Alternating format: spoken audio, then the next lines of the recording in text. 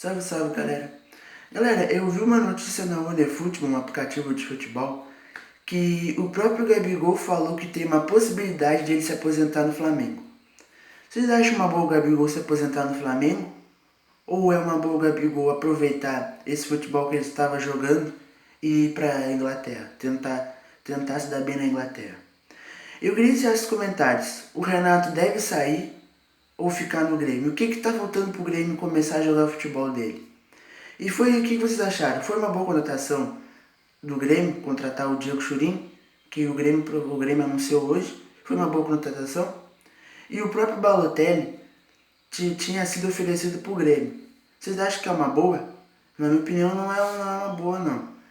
E o próprio Roger Guedes talvez possa tá vindo para o Grêmio, talvez. É uma boa Roger Guedes vir ou ficar lá na China? Ou procurar outro time? Não esquece de se inscrever no canal. Valeu, tchau, tchau.